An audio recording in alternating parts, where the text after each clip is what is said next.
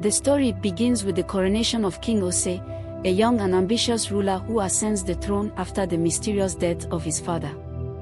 During the grand ceremony, an old and blind seer is brought before the king. The seer delivers a cryptic prophecy: the child of the king shall bring forth the end of the golden reign. This prophecy, spoken in front of the entire court, sends a chill down the spines of all who hear it. King Ose, though outwardly dismissive, is deeply troubled. He is newly married to Queen Abeni, a woman of unparalleled beauty and grace, but his joy is overshadowed by the prophecy.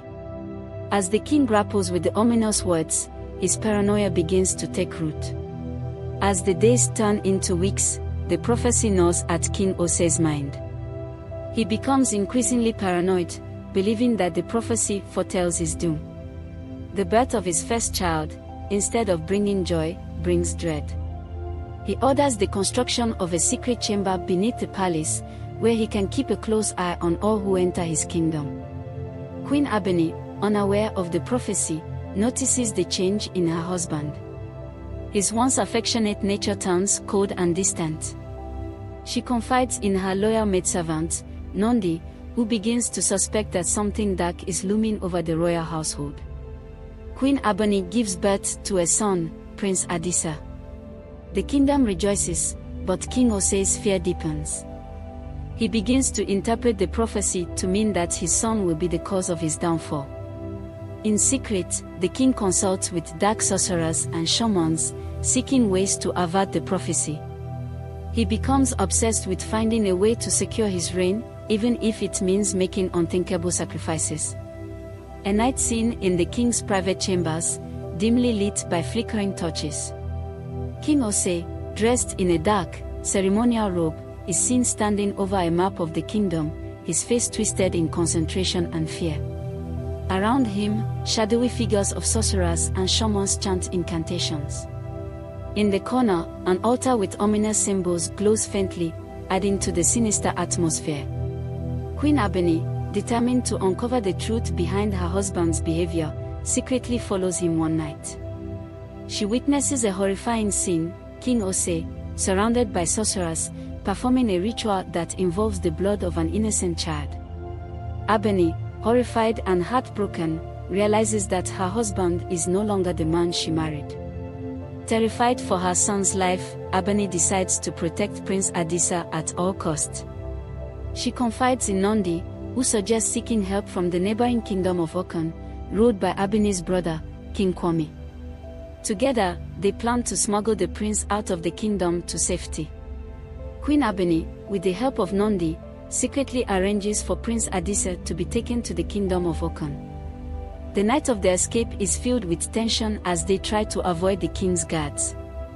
The queen, torn between her love for her son and her duty as a queen, makes the painful decision to stay behind, knowing that her absence would raise suspicion.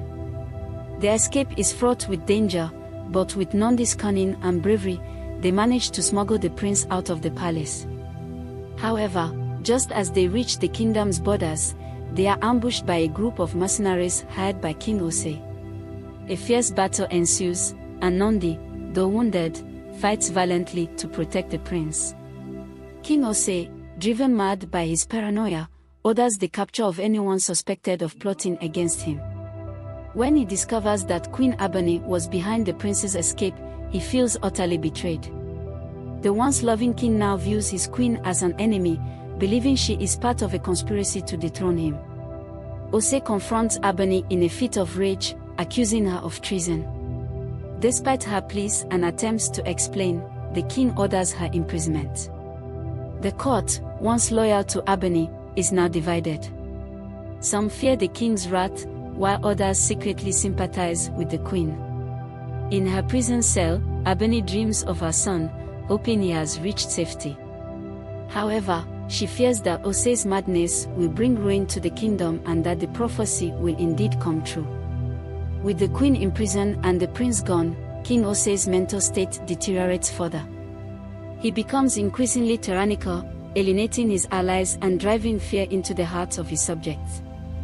The kingdom, once prosperous and peaceful, begins to crumble under his oppressive rule. Famine, disease, and unrest spread throughout the land, and whispers of rebellion grew louder. The prophecy seems to be unfolding as predicted. The kingdom's decline accelerates, and the king becomes more isolated, trusting no one. He orders the execution of those he suspects of disloyalty, including former friends and advisors. The once golden reign of King Osei is now stained with blood and terror. Years pass, and Prince Adisa, now a young man, returns to the kingdom in secret. He has been raised in the court of his uncle, King Kwame, who has trained him to be a wise and just leader. Adisa is determined to reclaim his birthright and save his people from the madness of his father. With the help of loyalists who still remember the golden days of King Osei's early reign, Adisa begins to gather support. He learns of his mother's imprisonment and vows to rescue her. The prince knows that to fulfill the prophecy and restore the kingdom, he must confront his father. As Adisa's forces grow, the kingdom is on the brink of civil war. The people, weary of King Osei's tyranny, begin to rally behind the young prince, seeing him as their only hope for salvation. However, the king, ever paranoid, has spies everywhere and soon learns of his son's return. In a fit of rage and desperation, he prepares his forces for a final, decisive battle against his own blood. Adisa, with a heavy heart, knows that he must face his father, not just as a ruler but as a son who still harbors love for the man who raised him. He sends word to the palace, offering peace if the king will abdicate and allow him to take the throne peacefully. But King Osei, blinded by pride and madness, refuses, vowing to destroy anyone who threatens his rule. The day of the battle arrives. Both armies meet on the plains outside the capital. The tension is palpable as father and son face each other across the battlefield.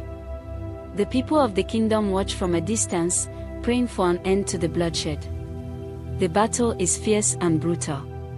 King Osei, though older, fights with the ferocity of a man possessed. Adisa, with the strength and agility of youth, fights with the determination of someone who knows that the fate of the kingdom rests on his shoulders. The clash between father and son is a tragic spectacle, with both men knowing that only one can emerge victorious. As the battle rages on, Adisa's forces begin to gain the upper hand. The people, seeing the prince's bravery and wisdom, start to defect from the king's side. Realizing that his defeat is imminent, King Osei makes a final, desperate charge at his son. In the heat of battle, Adisa manages to disarm his father. King Osei, now at his son's mercy, refuses to yield. In a moment of heartbreaking clarity, Adisa realizes that his father is too far gone, consumed by the prophecy and his own paranoia. With tears in his eyes, Adisa makes the painful decision to end the battle by striking down his father. King Osei falls, his life ebbing away as he looks into his son's eyes, perhaps finally understanding the love and sacrifice that drove Adisa to this point. With his last breath, Osei whispers words that Adisa will never forget: "The prophecy was about you and me." The battle is over, but the victory is bittersweet. The kingdom is saved, but the price has been high. Adisa is crowned king, but the weight of his actions and the prophecy hang heavily over him. The kingdom slowly begins to recover under King Adisa's rule. He immediately orders the release of Queen Abeni, who has been languishing in the palace dungeon. The reunion between mother and son is filled with both joy and sorrow, as they mourn the loss of King Osei but also celebrate the end of the dark times. Adisa proves to be a wise and just ruler, much like the man his father once was before the prophecy took hold of him. He works tirelessly to rebuild the kingdom, restore peace, and heal the wounds caused by the years of tyranny.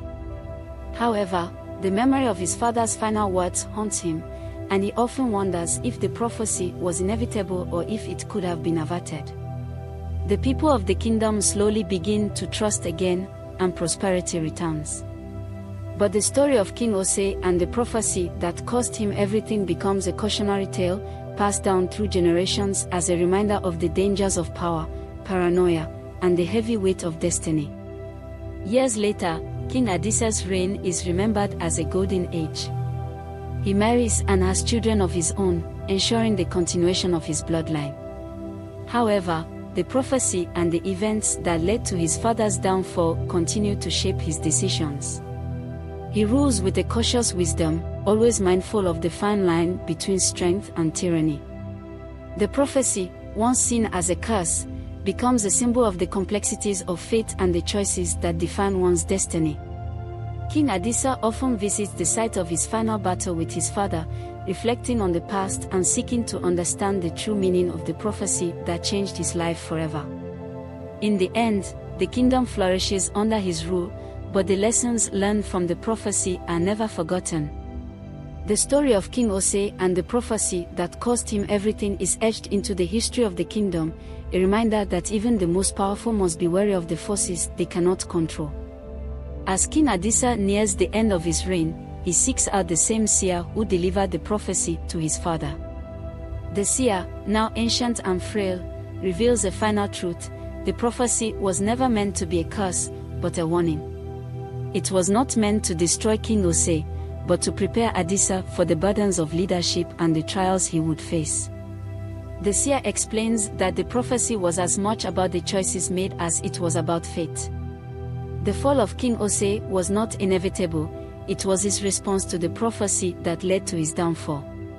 Adisa, understanding this, realizes that he has the power to shape his destiny, regardless of what is foretold.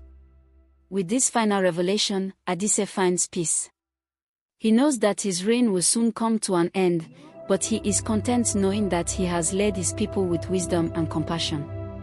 He passes the throne to his eldest son, with the hope that the lessons of the past will guide the future. The story comes full circle as Adisa's son, now king, begins his reign. The kingdom, having learned from the mistakes of the past, is more united and stronger than ever.